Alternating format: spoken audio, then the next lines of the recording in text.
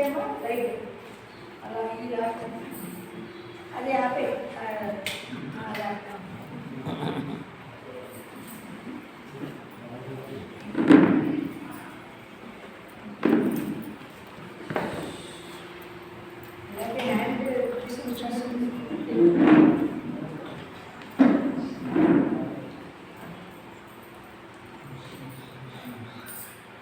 श्री सच्चिदानंद सद्गुरु साईनाथ महाराज की जय। जय गुरुदेव दत्त साईनाथ महाराज की जय। ఎందరో మహానుభావులు అందరికీ నా వందనములు। అపరజ్ఞానులు అగస్త్య మహాముని నీటిని మింగేశారట, ఈయన జ్ఞాన భాండాగారాన్ని మింగేసినట్టున్నారు మన అక్బర్ బాషా। చాలా అసలు ఆయన పేరు పిలిచేది కూడా ఆయన అన్నారు కదా, హనుమంతుడు మందులు కుప్పగంతులు అని। ఇప్పుడు నా పరిస్థితి, నేను వేయాలి కుప్పగంతులు, మీరు కాదు సార్। కానీ అయినా నా అవగాహన స్థితిగతుల్లో నేను మీకు అందించేటువంటి ప్రయత్నం చేస్తాను। సాయినాథుని యొక్క పరిపూర్ణ అనుగ్రహంతో, శ్రోతల యొక్క హృదయ స్పందనలతో, ఆ యొక్క సరస్వతీదేవి నాకు నా వాక్కు యందు ఇచ్చినటువంటి అనుగ్రహంతో మీతో సంభాషణ చేస్తాను। ప్రవచనం అనట్లేదు నేను, సంభాషణ। బాబా గారి యొక్క ప్రేరణతో నాకు వచ్చినటువంటి అధ్యాయం 39వ అధ్యాయం నానా సాహెబ్ చందోర్కర్కి బాబా గారికి మధ్యన జరిగినటువంటి సంభాషణ। అది చాలా చక్కగా చూడండి। ఆయన విష్ణు సహస్రనామాన్ని ఒక భక్తుడి నిమిత్తం చేశారు, ఒక భక్తుడి నిమిత్తంగా చేసుకొని భగవద్గీత చెప్పారు। అంటే బాబా గారు మనకి ప్రస్తావించినటువంటి అంశమే లేదండి। రాజారాం అనేటువంటి మంత్రాన్ని ఒక తల్లికి బోధించి ఆ నామం యొక్క మహత్యాన్ని చెప్పించాడు। ధ్యానం మత్స్యేంద్రగణంలో పంపించి ఆయన ధ్యానం యొక్క ఆవశ్యకతను ఒక భక్తుడి చేత చెప్పించారు। ఉదయం మనకు మొదటి నుంచి జరుగుతుంది, ఒక్కొక్కరు ఒక్కొక్క రకమైనటువంటి ధార కురిసింది అనుకోవాలి మనం। ఈరోజు ఈ అవకాశాన్ని ఇచ్చినటువంటి అమ్మగారి పుణ్య దంపతుల యొక్క పాద పద్మాలకు హృదయపూర్వకంగా నమస్కారాలు తెలియజేసుకుంటూ, ఈ యొక్క వాస్తవానికి నానా సాహెబ్ చందోర్కర్ గారు నాలాంటి ఆయన అనుకున్నాడట, బాబా ఎన్నోసార్లు పిలిపించుకున్నాడు కదా ప్రేమతో। పాప ఆయనేమో మంచి ఉన్నతమైనటువంటి ఉద్యోగంలో ఉన్నటువంటి వ్యక్తి, బాబా గారు పాపం ఫకీరుగా షిరిడీలో ఉన్నటువంటి వారు। ఆయన వేసేటువంటి కఫిని, ఈయన పొందేటువంటి మంచి వస్త్రధారణ, అన్నింటి విషయంలో నేను నాకు సంబంధించినటువంటి పుస్తకాలు బాగా చదువుతున్నా। 4 సార్లు చెక్ పంపిస్తే వచ్చాడు, నాన్న నీకోసం ఎంతగానో ఎదురు చూస్తున్నాను రా అన్నటువంటి వాళ్ళిద్దరి సంభాషణ ఇదిలో చూస్తే అక్కడ ఒకరోజు, అందుకే అంటారు ఎప్పుడైనా ఒక మహాత్ముని సాంగత్యానికి మనము వాళ్ళు పూర్తి ఉద్ధృతం కాకముందు వెళ్ళినప్పుడు వాళ్ళ నుంచి అందుకునేటువంటి ఆ యొక్క అనుగ్రహ భాషలు చాలా అద్భుతంగా ఉంటాయండి। అలా మొట్టమొదట్లో షిరిడీకి తాకిడి తక్కువ ఉన్నటువంటి సమయంలో, ఆ విరామము మధ్యాహ్న సమయంలో భోజనం తిన్న తర్వాత విశ్రాంతి తీసుకునేటువంటి ఆ సమయంలో ఆ యొక్క గురువుకి పాదసేవనం చేసుకునేటువంటి భాగ్యాన్ని పొందిన నానా సాహెబ్ చందోర్కరు మన కునికి పాటలు పాడుకోలేదండి। ఆయన సంస్కారం గొప్పదే, కునికి పాటలు పాడుకోలేదు, చక్కగా భగవంతుని యొక్క భగవద్గీతను ఆయన ఎన్నో చెప్పుకుంటూ ఉండవచ్చు। ఆ రోజు సందర్భానుసారం భగవద్గీతలో చెప్పుకుంటున్నటువంటి శ్లోకాల వరవడి సాగుతూ ఉంది మన నానా సాహెబ్ చందోర్కర్లో। ఈయన అంశతులు అంటే మనకు చెప్తారు చూడండి, సైన ఏకాదశిని సైనిస్తాడు విష్ణుమూర్తి అని। ఈయన ఎందుకు నిద్రిస్తాడండి, ఆయన నిద్రిస్తే ప్రపంచమే నిద్రపోవాలి। నిద్రపోతున్నట్టు నటిస్తున్నటువంటి మన పరమాత్మ ఏమిటి నాన్న గునుగుతున్నావు అన్నాడు। ఆయన ఏమి చెప్తున్నావల్లా, ఏమి గునుగుతున్నావంటే నాన్న ఎలా అన్న లోపల లోపల అనుకుంటున్నాడు అనమాట। అది సంస్కృతంలో ఉందిలే బాబా, సరే ఏంటి భగవద్గీత, సరే ఏమి ఒల్లి వేయుచున్నావయ్యా, సరే భగవద్గీతలో అదే బాగానే ఉంది, ఏం చెప్తున్నావు అన్నాడు। అది అని చెప్పి అప్పుడు ఆ యొక్క శ్లోకాన్ని చెప్పాడు ఈ విధంగా, తద్విద్ధి ప్రణిపాతేన పరిప్రశ్నేన సేవయా ఉపదేశంతి తే జ్ఞానం జ్ఞానిన తత్వదర్శినః। ఆ శ్లోకం బాబా ఇది భగవద్గీత। ఓహో అలానా, సరే దాని అర్థం నీకు తెలుసా నాన్న? ఎందుకు తెలియదు, చక్కగా మనకు అందించున్నారు కదా ఎంతోమంది మహానుభావులు. ఈయన బహుశాస్త్ర కోవిదుడు అన్నట్లుగా అన్ని భాషల్లో అన్ని మంచివి వచ్చింది కదా, భాష వచ్చు, ఇంగ్లీష్, సంస్కృతం, అన్ని భాషల్లో దాన్ని చదివేస్తున్నాడు. కాబట్టి గురువు దగ్గరికి వెళ్ళినప్పుడు ఎలా ఆయన్ని ప్రశ్నించాలి, ఎలా సాష్టాంగ నమస్కారం చెందాలి అవి చెప్పారు నాన్న. సేవ చేయాలి అప్పుడు వాళ్ళు ముముక్షువుకి కావలసినటువంటి అర్హతను బట్టి జ్ఞానులు ఆ యొక్క తత్వం ఏదైతే ఉందో దాన్ని వాళ్ళకి అందిస్తారు అని చెప్పారు. సరే నాన్న, నాకు వాటన్నిటితో అవసరం లేదయ్యా, ఆ భావం ఏంటో ఇంకోటి ఏంటో నాకు అవసరం లే, ప్రతి పదార్థము వ్యాకరణం చెప్పు నాకు. సరే మరి సిద్ధపడ్డారు ఇద్దరు. ఈయన 18 అధ్యాయాలు సార్ చెప్పాడు చూడండి, అలా 18 ప్రశ్నలు సంధించాడు మన నానాసాహెబ్ చందోర్కర్ మీద బాబా. ఆ ఒక్క శ్లోకంలో అంటే ప్రశ్న ప్రత్యుత్తరాలు నడిచాయి వాళ్ళిద్దరి మధ్యన. నానా మరి ఫస్ట్ అక్షరం ఇక్కడ తీసుకుందాం, తర్వాత నేను ఇంకోదాం. తత్వదర్శన ఏమన్నాడు? ఫస్ట్ తద్దిద్ది ప్రణిపాతేనా అన్నాడు. ప్రణిపాతము అంటే ఏంటి అని అడిగాడు. ప్రణిపాతం అంటే నా సాష్టాంగ నమస్కరించడం బాబా. అలాగా. మరి ప్రణిపాతం తర్వాత ఏమన్నాడు? తద్దిద్ది ప్రణిపాతేన పరిప్రశ్నేనా, ప్రశ్నించాడు.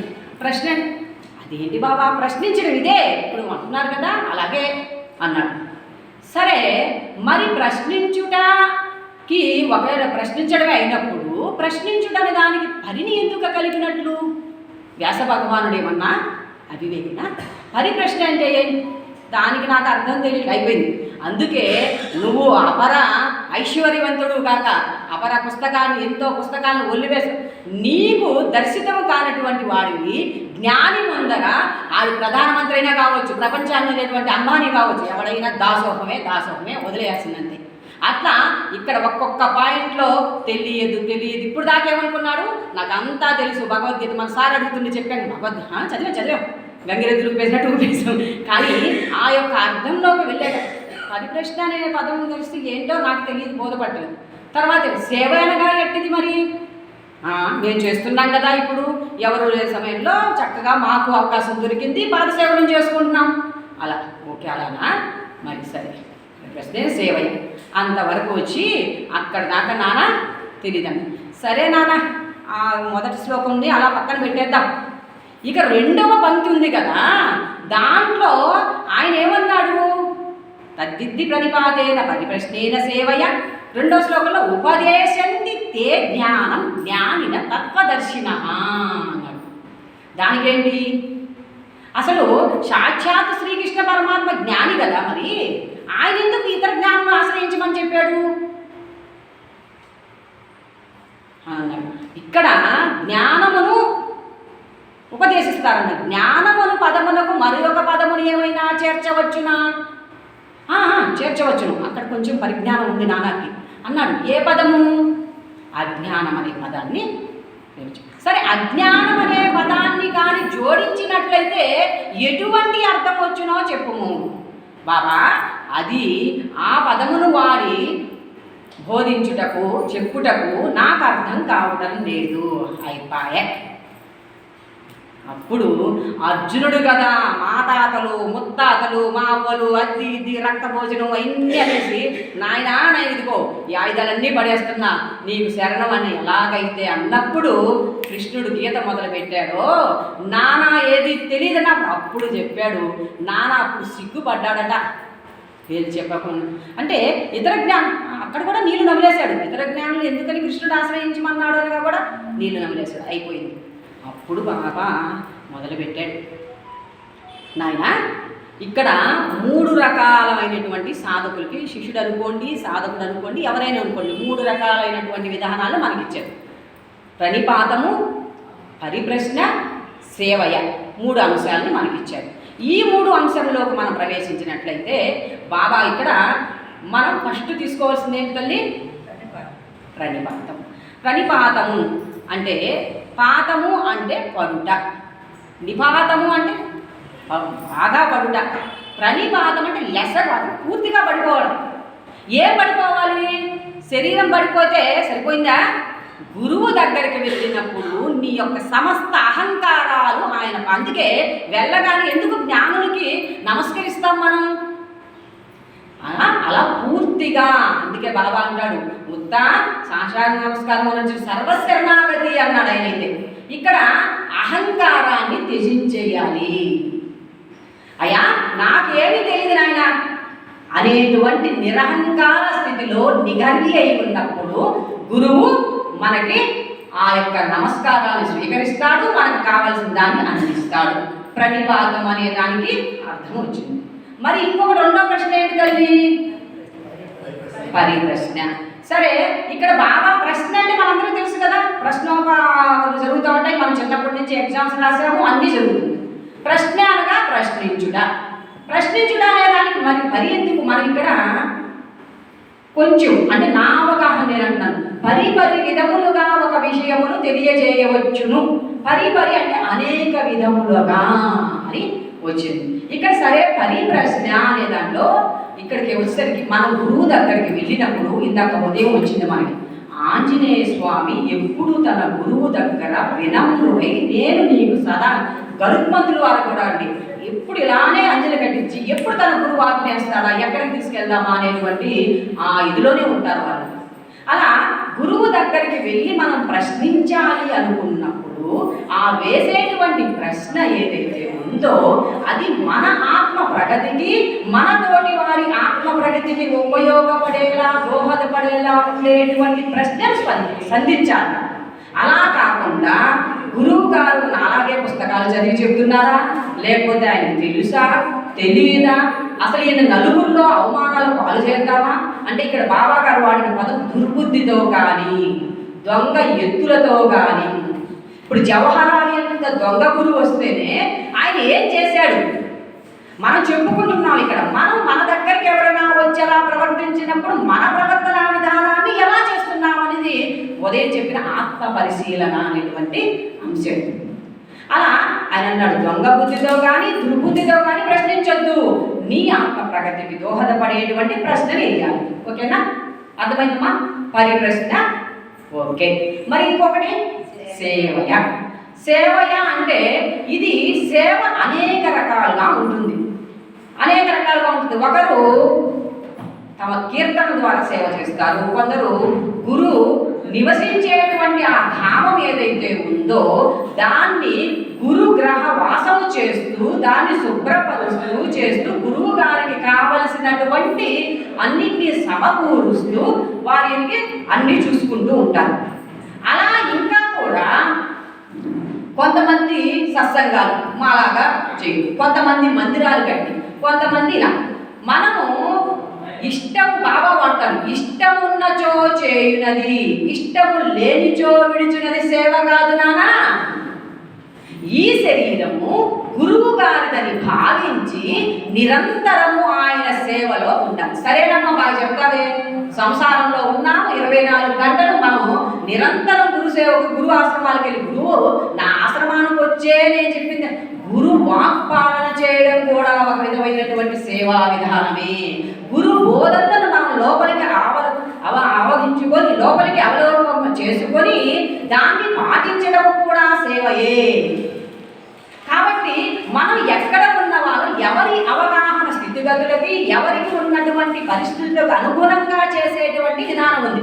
మందిరానికి వచ్చి మందిరం కూడిస్తేనే సేవన, అవకాశం ఉన్నవారు వాడుకోవడం సమంజసం. అవకాశం లేని వారు మా ఇంటిని పాచి పట్టించేసి నేను నలుగురు యొక్క కీర్తి కోసం మందిరంలో 10 మంది నన్ను దర్శిస్తారు, గొప్ప సేవకురాలని నాకు మెడలిస్తారు అనేటువంటి ఆలోచనతో చేసేటువంటి సేవ సరి అయిన సేవ కాదు. మరి ఇక్కడ ఆయన సేవ అంటే ఇక్కడ మనకి ఏమర్థమైంది? సేవ అంటే ఇష్టంతో చేయండి, ఇష్టం లేకుండా చేయగలరు. ఎక్కడ ఎలా లభిస్తే నిన్ను గురువు గారు ఎక్కడ ఎలా ఉంచాలని డిసైడ్ అనుకున్నారు, గురువు ఆకు మీద అంతటి నీకు ఉంటే. మనం కంఠశ్వాసతో చెప్తున్నామే కానీ ఇక్కడ నేను చెప్తున్నాం, ఇక్కడ నిలుపుకోలే ఆయన్ని. ఇక్కడ సార్ చెప్పినట్టు వాక్యాల్లో నిలుపుకున్నాం కానీ మన హృదయ పీఠంలో ఆయన్ని కూర్చోండబెట్టి అంతాను నన్ను నడిపించు రథసారథి, నువ్వు రథాలు అప్పగించామనుకుంటున్నావు, కంగారు మేము అప్పగించలేదు సార్, అర్జునుడు అప్పగించాడు మహానుభావుడు, ఎవరు ఇక్కడ అప్పగించు. అలా చేసేటువంటి సేవ అత్యద్భుతమైన సేవగా పరిగణింపబడుతుంది.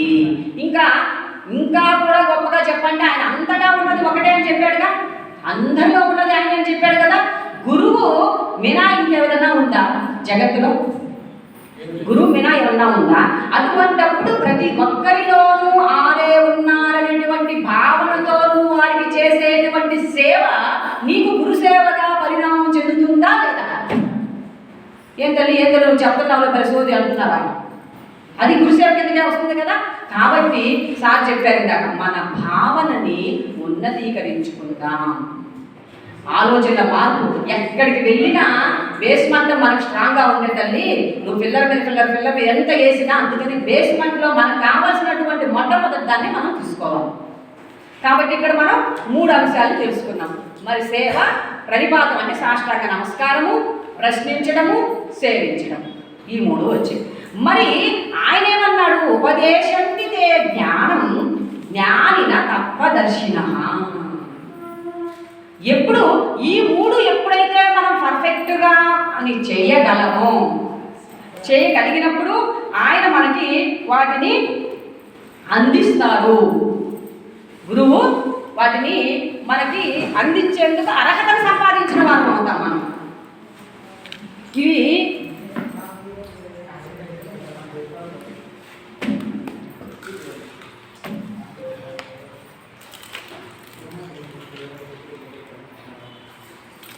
ఎప్పుడైతే గురువు యొక్క చెప్పినటువంటి కర్తవ్యాన్ని మనం విస్మరిస్తామో అప్పుడు గురువు ఇచ్చేటువంటి ఆ జ్ఞాన అమృతం ఏదైతే ఉందో అది ఉపదేశం అని పెట్టుకుందాము, బోధన పెట్టుకుందాము, జ్ఞానం ఏదైనా పెట్టుకుందాం, అది మనకి తీసుకునేందుకు యోగ్యత రాదు. ఎప్పుడు గురువు చెప్పి ఆచరించినప్పుడు. అయినప్పటికీ కూడా అపార కరుణామూర్తి, అపార ప్రేమమూర్తి, అనిత్యమైనటువంటి ఆ తండ్రి ఏం చేస్తున్నాడు? ఎప్పుడోసారికి నా బిడ్డ మారకపోతాడా అని సహనంతో ఆయన ఆచరించి చెప్పాడు తల్లి. ఊరికే శ్రద్ధాసహనం చెప్పడా? తను ఎంచుకున్నటువంటి గమ్యం బాధ్యతని ఎక్కడన్నా బాబా విషయార్థ బాధ్యతని ఎవరి మీద వేసేసి ఆయనకి చిటికేస్తే ఉన్నారు. కానీ ఆ బాధ్యతను అవతల వాళ్ళకి వేసేసి ఆయన ఏమన్నా రాజాదిరాజా మనం పిలుస్తున్నా అలా కూర్చున్నాడా? మన బాధ్యతలను విస్మరించకుండా ఉండాలి. మనకి విధింపబడినటువంటి విద్యుత్ ధర్మాలని ఆచరిస్తూ ఉండాలి. ఇలా చేసుకుంటూ పోతే ఇంకా ఉపదేశంతి జ్ఞానం అన్నాడు కదా. సరే, అసలు గురువు ఇంకా ఇంకొక మాట అన్నాడు. అజ్ఞానమును జోడించిన అనే పదాన్ని చెప్పాడు కదా నాన్న. అజ్ఞానమును బోధించిన అర్థమేమైనా మారునా?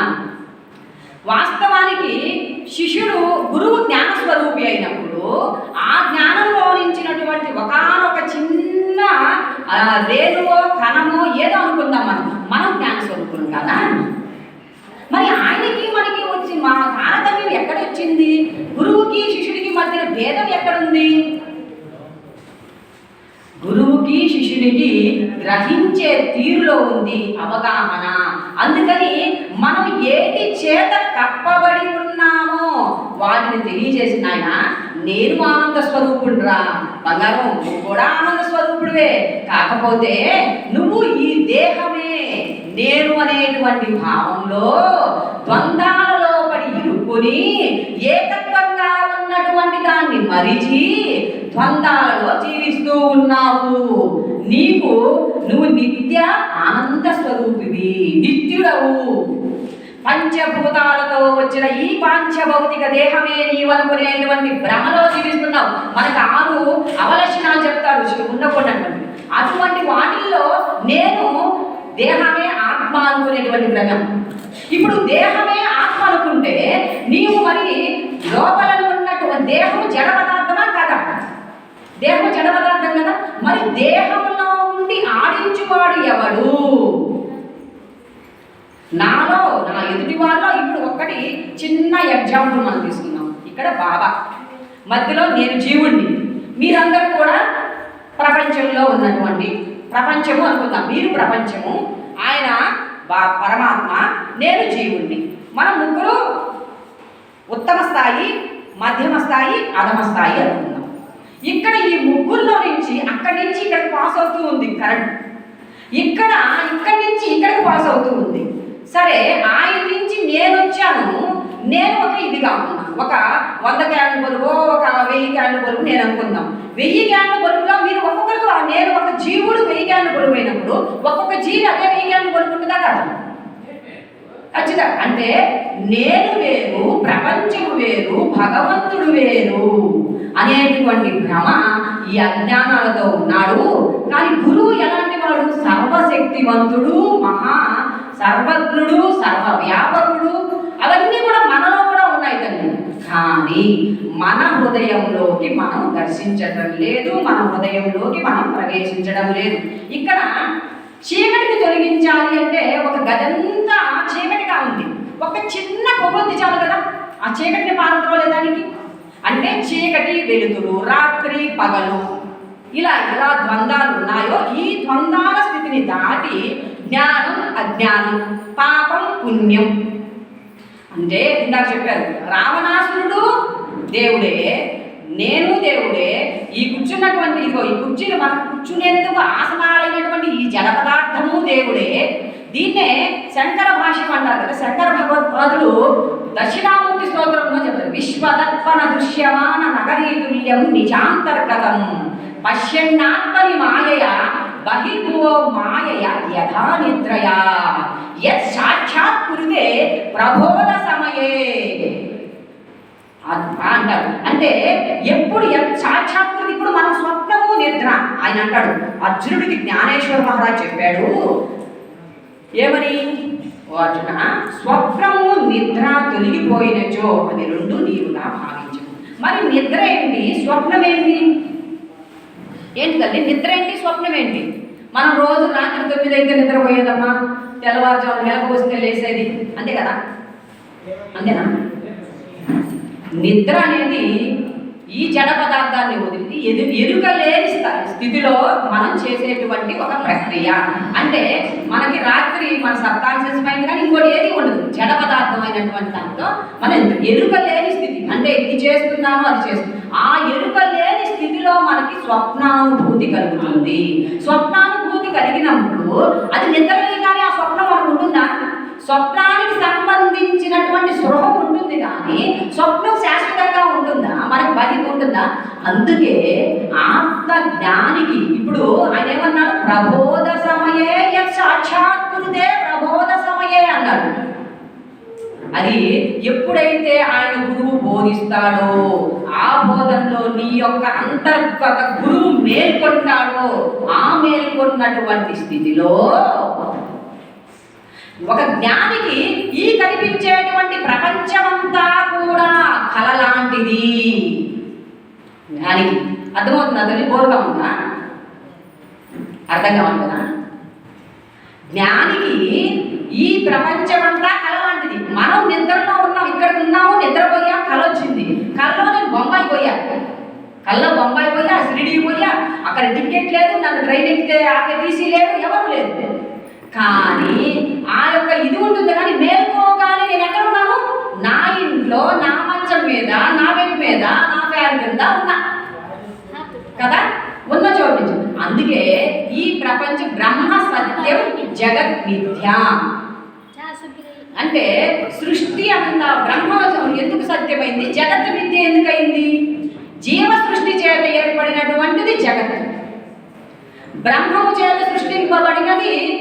ఇది బ్రహ్మము ఏదైతే ఉందంటే జ్ఞానం అనొచ్చు, ఇంకోటి అనొచ్చు. ఇక్కడ ఇంకా గురువు ఎలా అంటే స్వప్నము నిద్రపోతే చీకటి ద్వంద్వాలు గురువు యొక్క సంఘం చెప్పాము.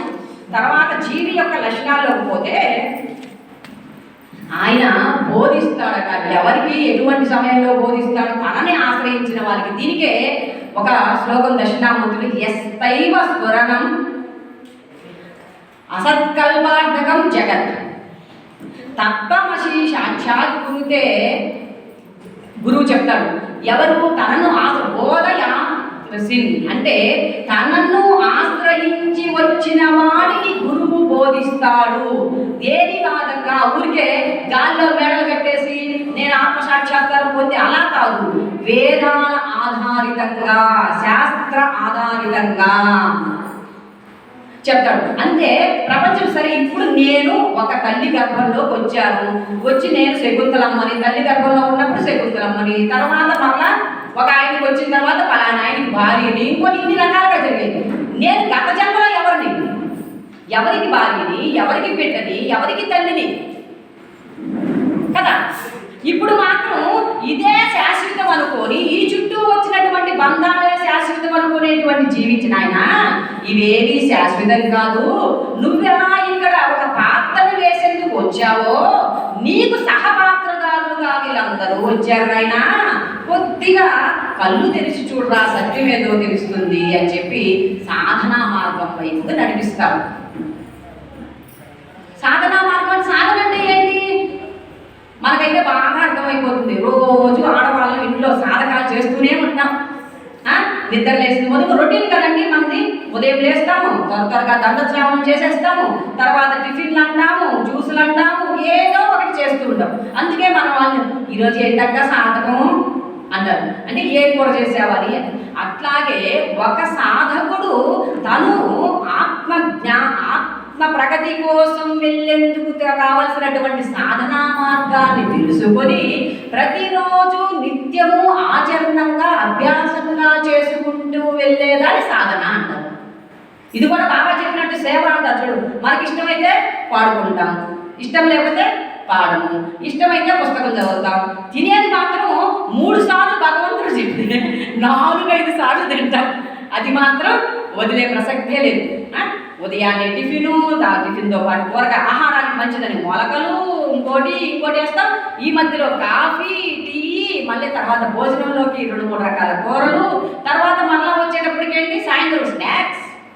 అది లేకపోతే బాగుంది. టీ పెట్టుకుంటాము, దాంట్లో కింద నంచుకొని మిరపకాయ బజ్జీను, లేకపోతే బిస్కెట్, ఏదో ఒకటి ఉండాలి. దానికోసం చేయాలి. మనం ఈ యొక్క దేహదారి అయి వచ్చినందుకు ఈ భౌతిక శరీరాన్ని నిలుపుకునేదానికి కావలసినటువంటి ఆహార సంపదను అందిస్తేనే మనకు శక్తి వస్తుంది. ఆ శక్తి చేతనే మనం జీవనయానాన్ని సాగిస్తాము. కాబట్టి తీసుకోవాలి. అందుకే అన్నాడు, ఈ దేహం ఉన్నది గురుసేవ కోసం, దాన్ని నిరంతరము ఆయన కోసం సాగర మదనం అంటారు. చూడండి, దీన్ని బాహ్యమైన ఏం లేదు తల్లి, లోపలే మన దీనికి పైసా ఖర్చే లేదమ్మా. ఇందాక చెప్పారు నువ్వు ఇక్కడ అంటారు కూడా, ఈ అధ్యాయంలో హేమంత్ పంతు కూడా చెప్తారు, ఆ షిరిడీ ప్రజలు నిరంతరము ఏ పని చేసుకుంటున్నా, లేస్తున్నా, కూర్చుంటున్నా, పడుకుంటున్నా నిరంతరం సాయి నాథునికి సంబంధించినటువంటి ఆ యొక్క గుణగణాలు ఏవైతే ఉన్నాయో వాటిని కీర్తించుకుంటూ, వల్లిలు వేసుకుంటూ, ఒకరికొకరు చెప్పుకుంటూ, ఇప్పుడు ఏమవుతుంది, నాకు చాలా నవ్వు వస్తుంది, ఎంత జగన్నాటకం ఇది అనేసి. మనం క్రమేపీ ఫస్ట్లో ఏది కూడా భలే రుచిగా ఉంటుంది. లడ్డు అనుకోండి, ఇష్టమైన 1-2 మహా అంటే అంతకు మించి తినేయగలమా తల్లి, వెగిటి కొట్టుతుంది. కానీ భగవంతుని నుంచి తీసుకునేటువంటి ఆ జ్ఞాన అమృతం అనేది ఉందే, ఎప్పటికీ నీకు మృతం లేకుండా చేసేటువంటిది. కాబట్టి ఆ అమృతం నీకు ఎప్పటికీ కూడా విసుగుని తెప్పించదు. కానీ ఇక్కడ కూడా మనకి నాకు ఈ పీఠమే కావాలి. ఇక్కడ ఆత్మ సంబంధికులతో భలే ఉందబ్బా అంటారు. రక్త సంబంధికులు వస్తారు కదా, రక్త సంబంధికుల దగ్గర ఎక్కడ గడుస్తుంది మనకి, అన్నదమ్ముల మధ్యన కానీ ఇంకొకరి మధ్యన ఎక్కడ గడుస్తుంది, ఆస్తిపాస్తుల్లోనో ఇచ్చిపుచ్చుకోవడం లావాదేవీల్లో ఉంటుంది. ఇంకొకటి ఏదైనా కొంచెం మనం మంచిగా కనిపిస్తే మీరు ఇలా ఉన్న వాళ్ళు ఏదో ఎదుగుపోతున్నారు అని వచ్చింది అక్కడ. సరే, ఆ సమయంలో మనకి కొద్దిగా బుద్ధి వికాసం చెంది బాబా దగ్గరకు వచ్చాం. బాబా దగ్గర ఇంకొక కొత్త మార్కెట్ ఉంది, అది మనకు తెలియదు, కొత్తలో తెలియదు కదా. ఆయన దగ్గరకు వచ్చాము, బాగా చెప్తాను, నీవు కేవలం బాబాతోనే సంబంధం ఏర్పరచుకొని, బాబా గుడి నిర్వాహకుల కోసమో, గుడికి వచ్చేటువంటి భక్తమండలి కోసమో కాదు నాయన, నేను నీ కోసం వస్తున్నానమ్మా. చూడగానే నువ్వు వచ్చావా నాన్న అని నువ్వు నా వైపు చూసేటువంటి ఆ చిద్విలాసం ఉందే, దానికోసం నీ దగ్గరకు వస్తున్నాను నాయన అని చెప్పి ఆయనతో కూర్చుని మనకు కావలసినటువంటి, మనకు వచ్చిన సమయం రాత్రి ఇంట్లో ఎంత దైనందిన కార్యక్రమాల్లో మునిగిపోతున్నప్పటికీ ఆయన చూస్తే సంతోషం అని ఆయన వచ్చినప్పుడు దాన్ని సద్వినియోగం చేసుకోకపోతే తప్పు ఎవరిది? తప్పు ఎవరిది నాన్న? మనదే. కాబట్టి మనం సద్వినియోగం చేసుకోవాల్సిన బాధ్యత మన భుజస్కంధాల మీద ఉందా లేదా? ఖచ్చితంగా ఉంది. అక్కడ మొదలవుతుంది. అక్కడ కూర్చున్నాక కాసేపు పాప ఎప్పటి నుంచో కొద్ది రోజులు మనం ఎవరు పట్టించుకోరు, ప్రతిరోజు పోతుంది. ఎక్కడి నుంచో పాపం రోజు వస్తారు. అలా బాబా దగ్గర కూర్చొని కొద్దిగా ఎప్పుడైతే మన చుట్టూరు భజన మండలి తయారైందో మనల్ని గుర్తించారు. అయిపోయింది మన చాప్టర్. అక్కడ మనకి కొద్దిగా బాబా ఇంటిస్తున్నాడు. కీర్తి తాయిలాల్లో పడబోతున్నావు నాయనో జాగ్రత్త. కానీ జ్వరపడుతున్నామనేది కూడా తెలియనంత ఒకటి తేరి పూసిన కత్తి అంటారు కదా. పొగట్లంటే ఇష్టం లేని వాళ్ళు ఎవరైనా ఉంటారమ్మా? ఇన్ని చెప్తున్నా నేను. చెడామడా మీరు తిట్టండి, మాల తీసి పక్కనేసి బరువు నాకు మదనపల్లి వద్దు, మదనపల్లి భక్తులు వద్దాను, అదే పొగడండి పైకి అంటానమాట. అదేం లేదండి, అంతా ఇదేనండి అంటాను. కాబట్టి మనం దేని పట్ల ఆకర్షితులవుతున్నాం? ఎవరి? అందుకే ఇందాక అన్నారు, పొగిడేవాడెవడు, తిట్టేవాడెవడు, వినేవాడెవడు. ఇక్కడ స్పందన జరుగుతుంది, అక్కడి నుంచి ప్రతిస్పందన వస్తుంది కదా.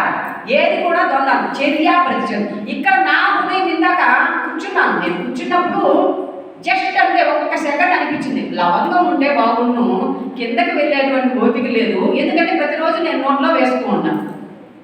ఒక 2 నిమిషాలు అయ్యుంటుందో లేదో ఈ పక్క నుంచి అలా గాలి ఇచ్చింది, లవంగం గాలి. అబ్బా ఇంత తొందరగా పలికేవు బాబా అనుకున్నా. సరే, అదే ఇచ్చినప్పుడు ఇంకోటేదో నేను అడిగా, అది నా దగ్గరికి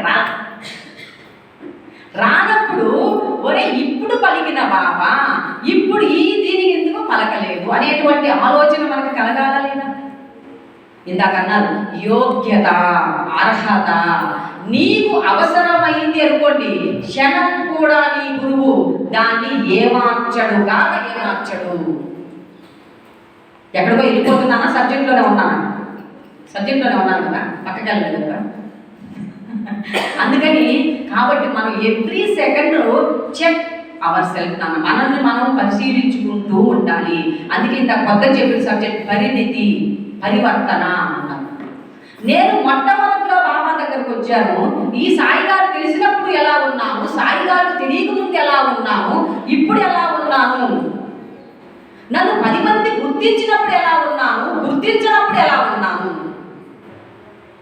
ఇవన్నీ కూడా ఎదుగుతున్నానని వయసులో కాదండి, లోపల ఆత్మ పరిణితి చెందుతుంది అనుకున్నటువంటి అవగాహనలో ఉన్న సాధకుడు పరిశీలించుకోవలసినటువంటి అంశం. అలా కాకుండా మనం వెళ్తాం లవలవ వాళ్ళు భలే పాడారు, కమ్మటి నిజంగా సరస్వతి గుర్తులు పాడే వాళ్ళకి నిజంగా చెప్పేదానికంటే కూడా ఆ పాడేటప్పుడు ఆ రాగయుక్తమైనటువంటి సరళితో కూడిన వాళ్ళ పాటల ద్వారా నాడీ స్పందన కలిగి తెలియకుండానే ధ్యాన స్థితిలోకి వెళ్ళిపోతుంది నా మనసు. కాబట్టి అద్భుతంగా ఆ పాడేటువంటి దాంతో నా అనుసంధానం కావాలి అంటే కళ్ళు మూసుకోవాలి. నువ్వు పక్కన వాడు తడుతున్నాడా, పక్కన ఇంకొకటి చూస్తున్నాడా కాదు, నీ లోపలికి నువ్వు ప్రయాణించేటువంటి ప్రయత్నమే ఆధ్యాత్మికత. అసలు ఆధ్యాత్మికత ఎందుకు? ఆత్మ అధ్యయనం కోసమే ఆధ్యాత్మికత నాయన. ఇంకా నువ్వు ఈ ఆధ్యాత్మికతలో ఆత్మను నువ్వు అసలు ఆత్మను తెలిసేదానికి ఏమున్నాయి? మనకు శాస్త్రాలు ఉన్నాయి. శాస్త్రాలు చెప్పాయి నాయన నువ్వు నిత్యుడవు, ఇక్కడ కూడా అంటారు నిత్యుడవు, సత్యుడవు, నిరాకారుడవు, నిర్గుణుడవు. కానీ ఎప్పుడు ఆత్మస్థితిలో ఉన్నప్పుడు నీకన్నీ అనుకున్నాను. ఎప్పుడైతే దేహదారి అయిన వచ్చావో ఇప్పుడు ఏమయ్యావు? ఒక ఆకారం వచ్చింది. ఆకారంలో నడిచేదానికి గుణాలు వచ్చాయి, గుణాలతో స్వభావాలు వచ్చాయి. ఇందాక అన్నారు భగవంతుడు ఏడ్చిన పప్పులు లేల చెప్పారు సార్ మనకి. ఏడ్చిన పప్పులు తిన్నాడయా అన్నారు. ఆత్మజ్ఞాని బ్రహ్మాండాన్ని లేటువంటి వాడు, అంటే ఆత్మజ్ఞాని బ్రహ్మాండాన్ని ఏళ్తాడు, ఆయనే బ్రహ్మ సృష్టిస్తాడో తీసి పక్కన పెడతాడు. ఆత్మజ్ఞానికి వస్తువుల యొక్క స్వభావాన్ని మార్చగలిగాడు. ఎందుకంటే ఆయన సృష్టి, అది ఆయన కంటే భిన్నంగా లేదు కదా. అది ఆయన సృష్టిని ఆయన ఎలా అయినా కూడా చేయగలిగేటువంటి సర్వశక్తి సంపన్నుడు. అటువంటి గురుమూర్తికి మనం నిరంతరం ఆయన చెప్పిన బోధనలు. గురువు గారంటే నేను నీకు అగ్ని ధరిస్తానండి, నీ చుట్టూరు చేసి నువ్వు వీరుడు అయ్యా, నువ్వు సూర్యుడు అయ్యా అంటాను కాదండి. గురువు ఎలా ఉన్నాడు, మన షిరిడీ సాయినాథ్ సరే నాయన కాలధర్మాలు మారాయి, మనం బాబాలాగా లంగోటి ధరిస్తాం. లంగోటి ధరించమలేదా నిన్ను? వేషభాషలు వద్దు. బాబా ఎలా వినమ్రుడై ఉన్నాడు, బాబా మేరు పర్వతం వంటి సహనంతో ఎలా ఉన్నాడు, ఇతరులను క్షమించే గుణంలో ఎలా ఉన్నాడు. మనం క్షమిస్తామా? మనతో బాగా మంచిగా ఉన్నంతసేపు వాళ్ళని అబ్బబ్బా మీ అంతటో లేరంటారు. ఒక్కరికో మనల్ని ఏదన్నా అన్నారనుకోండి, వాళ్ళని అధఃపాతాళానికి తొక్కేసేందుకు కూడా మనము సంసిద్ధమైపోతాం. అటువంటిది మనమే కదా. అసలు సాయి బాబా బిడ్డలము అని చెప్పుకునేందుకు కూడా అర్హత లేని మన వంటి వారిని తన యొక్క సాంగత్యాన ఉంచుకున్నటువంటి గొప్ప గొప్ప ప్రేమమూర్తి అండి మన తండ్రి. అటువంటి ప్రేమమూర్తి పంచనకు వచ్చిన మనము ప్రేమమూర్తులుగా మాట్లాడదాం. మృదు మధురమైనటువంటి మాటలు అన్నారు, సంభాషణ అన్నారు. ఇవన్నీ ఇక్కడ నానా సాక్ష్యం దొరికి ఏం తెలియజేస్తారు లాస్ట్కి? నానా సాక్ష్యం దొరికే ద్వారా లాస్ట్కి ఏం తెలిసింది నాన్న మనకి? పుస్తక జ్ఞాని ఆత్మజ్ఞాని ముందు వాచా వేదాంతం కంటే కూడా అనుభవ వేదాంతం చాలా గొప్పది. తత్వదర్శిన తద్విద్ది అన్నాడు ఫస్ట్లోనే. తత్ అంటే అది, విద్ది తెలుసుకుంటా. ఏదది? ఏది సత్యమై ఉందో, ఏది నిత్యమై ఉందో దానిని తెలుసుకొనుట. ఎవరి ద్వారా? దాన్ని ఆల్రెడీ దర్శించినటువంటి వారి ద్వారా. వారు దర్శించారు కాబట్టి నాయన ఈ దారిలో నువ్వు ప్రయాణించేటప్పుడు ఈ ఊళ్ళు వస్తాయి, ఎత్తు పల్లాలు ఉంటాయి, వీటన్నింటినీ దాటేందుకు నీవు సహనం అనేటువంటి కవచాన్ని ధరించునానా. ఈజీగా ఆందోళన చెందేటప్పుడు చూడండి, మనం ఆందోళనలో తీసుకున్నటువంటి నిర్ణయం కానీ, ఆందోళనతో చేసేటువంటి పని కానీ ఏది కూడా సఫలీకృతం కాదు. అవుతుందండి. మనము బాగా ప్రశాంతంగా ఉన్నప్పుడు చక్కగా చేసి, అందుకనే దాన్ని తద్విద్ది ప్రతిపాదేన పరిప్రశ్నేన సేవయ. కాబట్టి మనకు ఎటువంటి ఆందోళన అవసరం లేదు. అబ్బా ముందరికి సాయి గారు ఎక్కడికో వెళ్ళిపోతున్నారు, మనం ఎప్పుడు వెళ్తాం అనేటువంటి చింత అవసరం లేదు. మన స్టేషన్ వచ్చినప్పుడు మనం దిగడం తథ్యం. కాకపోతే లక్ష్యాన్ని చేరుకోవాలనేటువంటి దానికి కావలసినటువంటి ఏవైతే సాధనలు ఉన్నాయో దాన్ని ఆచరించుకుంటూ పోవడమే మన ధర్మము, సాధకుని యొక్క ధర్మము. శిష్యుడనుకో, సాధకుడనుకో, ఆయన బోధకుడనుకో, ఏదైనా. ఇక్కడ ఇంకొక విషయంలో కూడా బాబా చెప్పారు, పేరుని మరియు రూపాన్ని, నామాన్ని రూపాన్ని రెండూ వదిలేస్తే నేనే అన్నాను. ఇప్పుడు నాకు పేరు లేదు. పేరు లేనప్పుడు నన్ను మన నెల్లూరు నుంచి వచ్చారు, ఒక తెల్లగా ఉంటుంది ఒక ఆమె, అది పలానా చీర కట్టుకొని కూర్చొని ఉంది ఆమె అని. ఇప్పుడు నా పేరు మీకు ఎవరు చెప్పలేదు. నేను వెళ్ళిపోయిన తర్వాత పలానా చీర కట్టుకొని అక్కడ మూల కూర్చోన్నారు, ఆవిడమ్మ పలానా ఆమె పేరు అని చెప్పి. కానీ లేదు, నా పేరు ఎప్పుడైతే తెలిసిందో పలానా శకుంతల అనగానే నా ఆకారం ఏదైతే ఉందో మీ కళ్ళ ముందుకది వచ్చేస్తుంది. కాబట్టి దేహిని గుర్తించేదాని కోసం ఉన్నటువంటిది నామం. దేహమే లేదు, నిరాకారుణ్ణి ఎలా పిలిచినా పలుకుతాడు. అందుకని భగవంతుని నువ్వు ఎలా పిలిచినా, ఏ నామంతో పిలిచినా, అరే ఈ నామం నాకు ఆపాదింపబడదురా అంటాడు ఆయన. ఆయన ఎంత చక్కగా ఇక్కడ చూడండి, సర్వవ్యాపకత్వం, సర్వజ్ఞత్వం అంటే ఆత్మజ్ఞానం అన్నాడు కదా. నేను ఆత్మని తెలుసుకున్నాను, దీన్ని తెలుసుకునే దానికోసం. అందుకే ఇక్కడ చాలా గొప్ప మాట ఒకటి అంటాడండి, ద్వైతములో ఉండి అద్వైతమును మాట్లాడువాడు దాన్ని అవలోకన చేసుకోకుండా ఎలా దాన్ని చేయగలడు. అందుకనే బాబాయ్ గారు కూడా అంటూ ఉంటారు, పుస్తకాల నుంచి చదువుకున్నప్పుడు పుస్తకం నుంచి కొద్ది జ్ఞానం అయితే వస్తుంది. అంటే దానిలో ఉన్న అంశం, ఓహో ఆత్మని ఇలా ఉంటుందంట, దాని చేత తడపబడదంట. భగవద్గీత చదివామనుకోండి, శ్రీకృష్ణుడు ఇలా చెప్పాడు. సరే, దాని యొక్క లక్షణాలను తెలుసుకున్నాం. లక్షణాలు అయినప్పుడు అది నువ్వే అన్నాడు కదా భగవంతుడు. ఆ నువ్వే అన్నదాన్ని ఎప్పుడు అనుభూతి చెందుతావు నువ్వు? అనుభూతి చెందినప్పుడు, దాన్ని అవగాహన చేసుకున్నప్పుడు నీకు మాటలు లేవు, దాని గురించి విశ్లేషణ లేదు, ఏమీ లేదు. ఇందాక చెప్పినట్టు దక్షిణామూర్తిలాగే మౌనమే. అంటే ఒక జ్ఞాని ముందు నువ్వు పోయి, చాలామంది వెళ్తారు కష్టాలు ఏకరువు పెట్టేస్తూ ఉంటారన్నమాట. ఒక జ్ఞాని దగ్గరికి వెళ్ళినప్పుడు మనం సాధ్యమైనంత వరకు మాట్లాడకుండా వారి సాంగత్యాన్ని మౌనంగా ఇస్తే ఇద్దరి హృదయాల స్పందన కలుస్తాయండి. అప్పుడు మనకి ఆ జ్ఞాన ప్రవాహం అనేది అలవాటు. నువ్వు మాట్లాడేసి నీ మనసులో ఉండి చెప్పేస్తే అర్థం చేసుకుంటే ఆయనే జ్ఞాని. ఎక్కడ ప్రాపంచిక వ్యక్తుల దగ్గర ప్రాపంచికమైనటువంటి విషయాలు మాట్లాడాలి. ఆత్మ జ్ఞానం దగ్గరికి వెళ్ళేసి నా కుటుంబంలో నా మొగుడు కొడతాడు, నా పిల్లకాయలు తిడతారు, నేను ఇది అవసరం ఏంటి నాయన, వాటిని వదిలించుకునే దానికి కావాల్సిన టెక్నిక్స్ ఆయన చెప్తే ఆయన కాడికి మనం పోయి ఇగోయా మా పరిస్థితి తొందరరా నాయన ఇదేంటంటే ఆయన చెప్తాడు. రమణ మహర్షి చెప్తాడండి, చాలా అద్భుతమైన వాక్యం ఒకటి. ఒకసారి ఒక సంభాషణలో ఒక శిష్యుడట ఆశ్రమంలో ఉండి ఒక వారం రోజులు ఉండేసి వెళ్ళిపోతున్నాడు స్వామి సెలవు తీసుకునేదానికి. వెళ్తూ ఉన్నటువంటి సందర్భంలో స్వామి ఆశ్రమం వదిలి వెళ్ళాలంటే చాలా బాధగా ఉంది అన్నాడు. ఏమిరా నాయన అన్నాడు. మళ్ళీ ఇంటికి వెళ్ళిపోతే పిల్లలు, పనులు, ఇల్లు, వాకిలి, భార్య ఇవన్నీ అన్నాడు. ఇప్పుడు కూడా ఉన్నాయి కదా, నువ్వు ఈ వారం ఆశ్రమంలో ఉన్నప్పుడు కూడా వాళ్ళు ఉన్నారు కదా, వాళ్ళు ఎక్కడికి వెళ్ళారు? అది కాదు స్వామి, నేను ఇక్కడున్నాను కదా. సరే అది తర్వాత మరలా ఈయన అంటాడు, ఒరే నాయన నీకున్న ఒక భార్య, ఇద్దరు పిల్లలు, ఈ ఒక ఇల్లు, ఏదో మహా అంటే 2 ఫ్లాట్లు, వీటికే నువ్వు ఎంత చింతపడిపోతే ఇదిగో ఈ విశ్వమంతా నా సంసారం అయితే నాకెందుకు చింత అన్నాడంట. అంటే జ్ఞాని దానికి అంటకుండా జీవిస్తాడు కాబట్టి ఆయనకి ఆ ప్రభావం ఉండదు. మనం అంటించుకుంటాం కాబట్టి మనం ఒకటి అంటించుకుంటున్నామా, అదో పక్కన పోతా ఉన్నది, దాన్ని కూడా తీసుకొచ్చి కందిలాగా పూసుకుంటాం అన్నమాట. అటువంటిప్పుడు మనకు బాధ కలిగిస్తుందా కలిగించదా? అంటుకోకుండా జీవించండి నాయన అని జ్ఞానం చెప్తారు. అంటించుకొని మాది నేను అనేటువంటి మోహంలో జీవిస్తామని జీవుడు భావిస్తాడు. జీవుడి యొక్క స్థితిని నువ్వు దాటితే అప్పుడు ఆ జ్ఞాని చెప్పినటువంటి ఆ తత్వవేత్తలంటే ఎవరు, దాన్ని దర్శించిన వారు చెప్పింది అవగతమై అర్థమై నీవు కూడా ఆ జ్ఞాన స్వరూపిగా భాషిస్తావు అనేది నాకున్న అవగాహన స్థితిగతుల్లో నాకు మా కృష్ణా సార్ చెప్తాను, లోపల ఉన్నవే ఆ జ్ఞాపక శక్తి ద్వారా ఏదైతే ఉన్నటువంటి కణాలు లింక్ అయ్యాయో వాటి ద్వారా వచ్చినటువంటి సందేశం అన్నమాట. కాబట్టి నాకున్న అవగాహన స్థితిలో అందించాను. మీకు ఇంకా అంతకంటే కూడా ఎక్కువ అవగాహన స్థితిగతులు ఉండి ఉండవచ్చును. కానీ ఏది చెప్పినా సత్యము, ఎవరు చెప్పినా సత్యమే. నువ్వు నిత్యుడు అంటే నిత్యుడివే. ఈ పాంచభౌతికము పోయినా నువ్వు నిత్యుడివే, ఉన్నా నిత్యుడివే.